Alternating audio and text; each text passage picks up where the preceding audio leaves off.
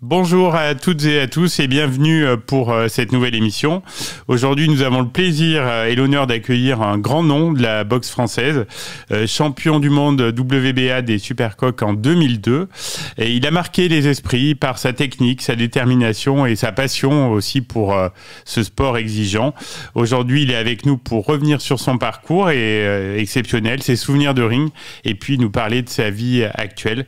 Bonjour Salim Mechkoun et merci d'être avec nous. Bonjour Stéphane, bonjour aux auditeurs. On est vraiment ravis de vous accueillir ici. Alors pour commencer, est-ce que vous pouvez nous raconter comment vous avez découvert l'univers de la boxe? Comment ça s'est fait? La boxe, j'ai découvert à l'âge de 12-13 ans. Ah oui, donc c'était précoce. Ah oui, ouais. Dans mon quartier. Donc j'avais commencé la boxe dans un gymnase avec notre ami Emilio Zitouni qui était animateur au centre de loisirs au CGL. Okay. C'était OMGL avant. Et donc au début, en fin de compte, c'était M. Moins qui était venu au gymnase Anatole France, qui a donné 2-3 séances de boxe. Et ça a plu à tous les enfants du quartier. Et par la suite, Emilio Zitouni a repris la relève et on y allait je crois que c'était tous les lundis, quand on allait tous les lundis soirs au gymnase Anatole France, s'entraîner avec Miloud. Et puis bon, ça m'a plu. J'avais fait auparavant d'autres sports, mais j'étais pas trop accroché. Il y avait le foot, il y avait beaucoup de persos dans le délire. Ah oui, donc, ça me gênait un petit peu dans l'ensemble, même dans le basket et tout. Et donc, par la suite, ce sport-là m'a plu parce que c'était un sport individuel. Et puis voilà. Et quel souvenir vous gardez de vos débuts dans le monde amateur? Dans le monde amateur, c'est que dès que j'ai pris ma première licence, j'ai pris directement une licence amateur. On m'a conseillé de prendre une licence boxe éducative, mais il était préférable de commencer par la boxe amateur. D'accord. Et vous avez connu, après une ascension assez impressionnante, quels ont été, on pourrait dire, les moments charnières de votre carrière? Quand on débute en amateur, on n'est pas tout à fait connu. Par la suite, les années suivantes, je gravis les échelons. Je deviens champion de France amateur en KD 88 en battant un très grand champion, notamment Julien Lorcy, qui a été champion du monde aussi WBA dans la catégorie des poids super plumes. Et par la suite, j'ai gravi l'échelon. Je suis passé, j'ai fait plusieurs fois champion de France amateur. J'ai été présélectionné olympique en 92. Et par la suite, j'étais pas sélectionné, donc j'avais plus ma place en amateur et je suis passé professionnel par la suite en 93. D'accord, ça a été un choix assez évident du coup Juste après mon service militaire à l'école intermédiaire des sports de Botovan-Joinville, on a fait le championnat du monde militaire dont j'ai fait médaille de bronze. Et donc ma boxe ne convenait plus à la boxe amateur parce qu'ils avaient sorti un système de scoring machine. Et j'avais plus la boxe apparente pro. Et donc, je suis parti dans le système de la boxe professionnelle. Alors, je le disais en introduction, il y a une date importante, quand même, c'est 2002. Voilà, avec votre titre de champion du monde WBA des Supercoqs. Qu'est-ce qui représente ce titre pour vous Ce titre représente beaucoup parce que pour en arriver là, même moi, je ne pensais pas arriver à ce niveau-là. Déjà, champion de France professionnel, c'était déjà pas mal. Après, on a gravi les échelons, championnat d'Europe. Et puis, on a vu j'étais classé champion officiel pour le championnat du monde WBA de Supercoqs au Japon. Le japonais en titre. Et donc, le combat, on l'a fait là-bas. Et pour moi, c'était un truc extraordinaire. Et il y a un combat en particulier qui vous a marqué plus que les autres? Ce combat-là. C'est celui-là, oui, c'est celui-là. Parce que j'ai boxé, c'était pas ma vraie boxe. Moi, j'étais un boxeur qui avançait souvent devant, qui avançait souvent sur l'adversaire.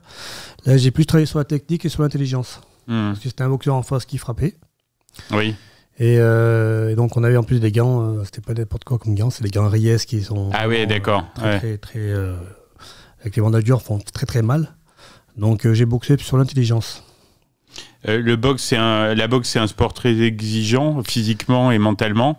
Comment vous gériez la pression avant un combat La pression, je me la mettais pas la pression. D'accord, ah oui, c'était la clé du succès. Non, je restais concentré sur mes préparations, sur mon match, mais je me mettais pas la pression. Dès que je rentrais dans la salle déjà, Et une fois dans les vestiaires, je me faisais le vide complet. Ouais. Quelles sont vos plus grandes fiertés là, pendant tout ce parcours de boxeur? C'est devoir représenter la ville de Clermont-Ferrand, représenter ma famille,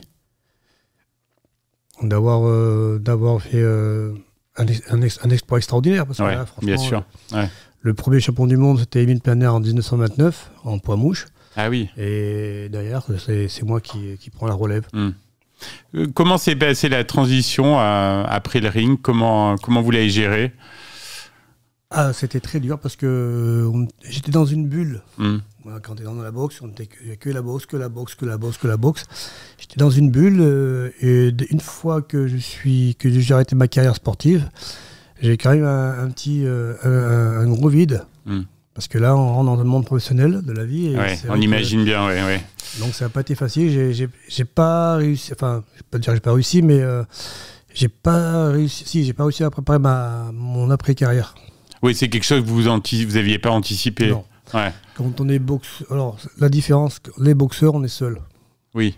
On a l'entraîneur, mais on est seul. Oui. Que dans différents sports, comme le rugby, le foot, ils ont quand même une équipe derrière qui les dirige, qui les oriente vers un domaine précis. Ça n'a pas été le cas. Et est-ce que vous êtes toujours impliqué dans l'univers de la boxe? On imagine que c'est une passion pour vous? Non, pas trop, non. Non, vous avez vraiment coupé... J'ai coupé sur la région. Je descends souvent dans le sud. J'ai un ami, Frédéric Patra, qui m'invite souvent à ses soirées de boxe. Et donc, c'est l'endroit où je vais. Et je suis très bien dans le sud avec eux. D'accord. C'est un monde différent. Oui, c'est différent. Et qu'est-ce que vous pensez de la nouvelle génération de boxeurs? Là, elle est pas assez représentée. D'accord. Moi, je pense que c'est aussi la société qui fait ça. On vit dans un monde différent qu'il y a 20 ans en arrière. Oui, bien sûr. Oui. Ils ont tout dans la main, ils ont la tablette, ils ont le téléphone, ils ont le frigo rempli. Donc, ils ont moins faim, ils ont moins envie. Oui, on voit ce que vous voulez dire. Ils veulent tous sur un poteau déjà. Et c'est pas facile parce que quand ils montent sur le ring, après ils savent plus, ils croient que c'est facile. En fin de compte, c'est dur. C'est très physique. Et quelle est votre vie alors aujourd'hui? Si c'est plus la boxe, vous avez une activité professionnelle? Oui, je travaille comme éducateur sportif à la ville de Clermont-Ferrand. Donc j'interviens dans les écoles primaires de Clermont, notamment à Paul Bert, Hébert Baillet, Victor Duruy et Gilles Michelet. Vous avez beaucoup inspiré les jeunes.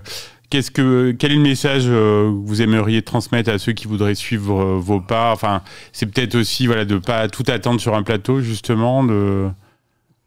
Bon, j'avais fait des actions au Sailing Box Tour avec la ville de Clermont-Ferrand dans les quartiers pendant les vacances scolaires. Oui, on s'en souvient. Et j'avais un petit jeune de Champratel. Et ben, il s'est l'a plu et après il est parti dans un club de la région clermontoise et il est devenu vice-champion du monde universitaire. C'est pas mal. Ah, d'accord. Oui, donc ça aussi, c'est une fierté pour vous dans votre cheminement. Il a pris le chemin, voilà. Il a fait comme moi. Moi, j'ai découvert la boxe, il a découvert la boxe, il a pris un chemin, ça l'a intéressé et il s'est mis dedans. Parfait. Merci infiniment, Salim Mechkoun, pour ce moment, pour votre sincérité et ce retour passionnant sur votre parcours. On vous souhaite le meilleur pour la suite et on vous dit à très bientôt sur Logos FM. Je vous remercie. Au revoir.